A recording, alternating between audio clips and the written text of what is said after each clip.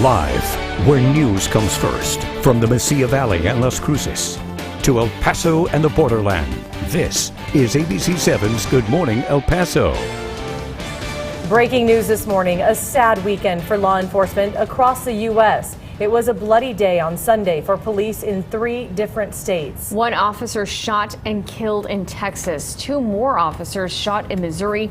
Another hospitalized after a shooting in Florida. The manhunt is underway this morning for some of those suspects. And we have your complete coverage of the shootings coming up in a moment. But first, we want to welcome you back to Good Morning El Paso. I'm Hillary Florin. And I'm Stephanie Valle. It is now 6:30 on your Monday morning. A lot of people starting today on a vacation. That's right. Thanksgiving week is upon us. Also, some weather changes coming our way, right, Nicole? That's right. Currently tracking those changes. Showers are possible not only this morning but this afternoon. But let's talk about your morning temperatures. El Paso and Las Cruces. We start out in the 50s and rain chances currently sit at 10% El Paso, 20% in Las Cruces. We're taking you out to Northeast El Paso. This is a shot from Tom Lee Elementary School where you can see we are under mostly cloudy skies, but not seeing any rain yet. Most of the showers that we are tracking are out west, but they are moving in a northeasterly direction. So you may run into some light showers here in El Paso, Las Cruces this morning. Most of the heaviest rainfall is around Silver City and Deming. Temperature-wise, not too bad. You will need a jacket if you're stepping out right now. We're in the 40s at the airport El Paso, 49 Las Cruces, and 46 in Alamogordo. We're Alamogordo right now, currently under mostly clear skies. 48 is the temperature now in Silver City. But coming up at 6:37 with your weather and traffic on the 7s, we have a look at your storm outlook for today. That's coming up. Stephanie? All right, thank you, Nicole. From president-elect to king of Twitter, this weekend we saw both sides of Donald Trump. Trump lined up more than 20 meetings in 2 days. He tweeted Sunday, General James Mad Dog Mathis, a contender for Secretary of Defense, was very impressive. The transition team promising to announce more picks soon amid ongoing backlash over the 5 positions already filled, like National Security Advisor Lieutenant General Michael Flynn, who called Islam a cancer. Also meeting with Trump this weekend, former New York Mayor Rudy Giuliani, New Jersey Governor Chris Christie, and former presidential candidate Mitt Romney. And new this morning, President Obama is back in Washington after being in Peru Sunday for the Asia-Pacific Economic Cooperation Summit. During the event, he had time for a quick talk with Russian President Vladimir Putin. Here you can see the 2 presidents shaking hands. A White House aide described the meeting as brief and casual, saying it lasted about 4 minutes.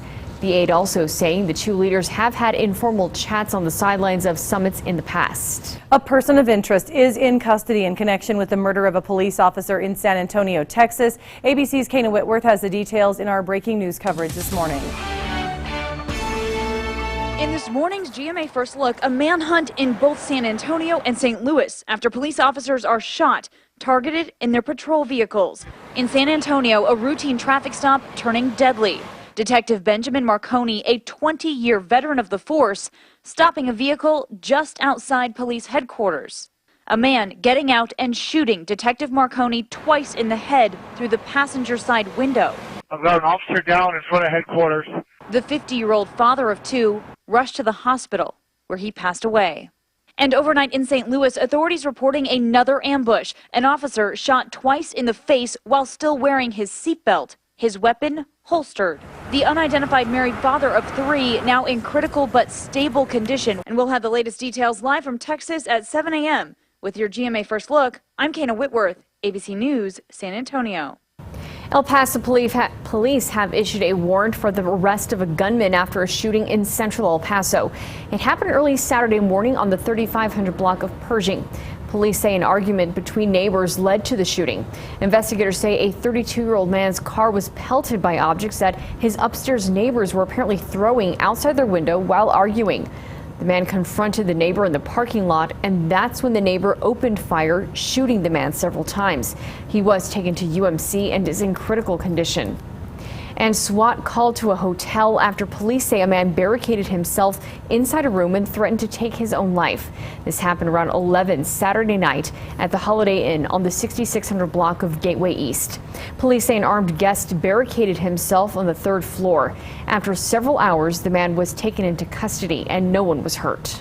The skyrocketing popularity of social media has also created a grim reality: cyberbullying. A new Texas law proposed for the next legislative session aims to create tougher punishment for bullies. ABC 7's Denise Olivas is live now with more details. Good morning.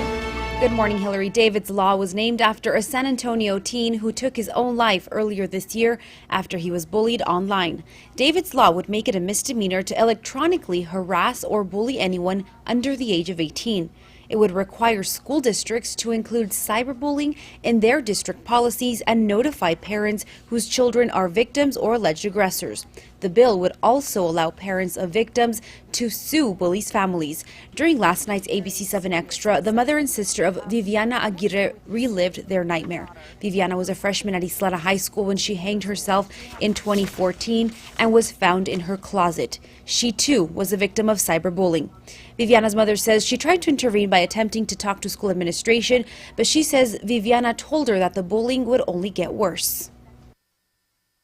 It was just very, very graphic and cruel things that were being said.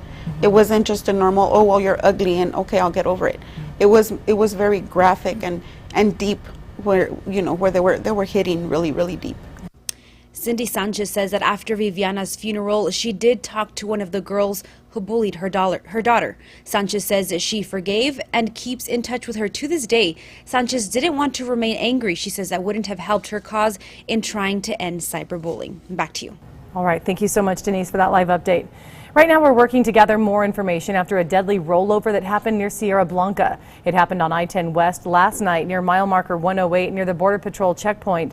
Department of Public Safety officials tell ABC 7 one vehicle rolled, killing the driver. No word on how exactly it happened, but Texas DPS tells us they will be releasing more information later today. And it's now 6:37, which means it's time for weather and traffic on the 7s. Good morning, Nicole. Good morning. As far as current conditions out there right now, Doppler radar showing us we do have some showers moving in. Most of what we are tracking is out west, tracking through the Arizona border into our region, towards our region, I should say. Storm outlook for today, rain chances go up for the area mountains, TRC, Silver City. And although this map isn't showing much rain here in El Paso and Las Cruces, we still have that chance this afternoon. But we are off to a nice cool start this morning. Las Cruces at 49 degrees. Wind's not an issue to start out this morning, but rain chances will continue to increase as we move through the morning and afternoon. El Paso, we're under mostly cloudy skies right now. The winds are not a problem. They're actually calm right now. East side of town, Horizon High School 52, Presa Elementary School we're at 51, and Fabens, you're currently also sitting in the 50s. Ruidoso, we do have some light showers moving through right now. Temperatures are sitting in the 50s, and as you can see throughout the region, we're seeing those 50s across the board this morning. It is a nice start, but showers will increase this afternoon. I'll let you know how long the rain chances are expected to stick around and if it will affect your Thanksgiving forecast. That's all coming up. Mauricio. Hey there, Nicole. We're off to a nice start. If you're crossing over right now, we're tracking a half-hour wait on Bridge of the Americas, 20 minutes on Paso del Norte, 35 for the Isleta Bridge, and not too bad for our other bridges. 5 minutes on Tornillo Guadalupe and 15 minutes if you're going to Santa Teresa. Now, we do have reports of a crash. It's I-10 East at the Trowbridge exit ramp. Doesn't look like we're seeing any delays just yet. We just got those reports right now. Of course, I'll keep you posted, and I'll let you know about those delays. Here's a look at Las Cruces, 66 miles per hour on speed if you're heading on I-10 West, 67 if you're heading east towards El Paso. We're also tracking 65 right now on I-25. I can also tell you Highway 70 shouldn't give you any issues, as that's scheduled to remain open all day. And before you head out for your morning commute, always a good idea to download the ABC 7 Storm Track Weather and Traffic app, free and available for all smartphones. So easy. Thanks so much, Mauricio. And still ahead, are you traveling this week for the holiday? A strike planned by thousands of workers at one airport could cause huge ripple effects around the country. It's 6:39. We'll be right back.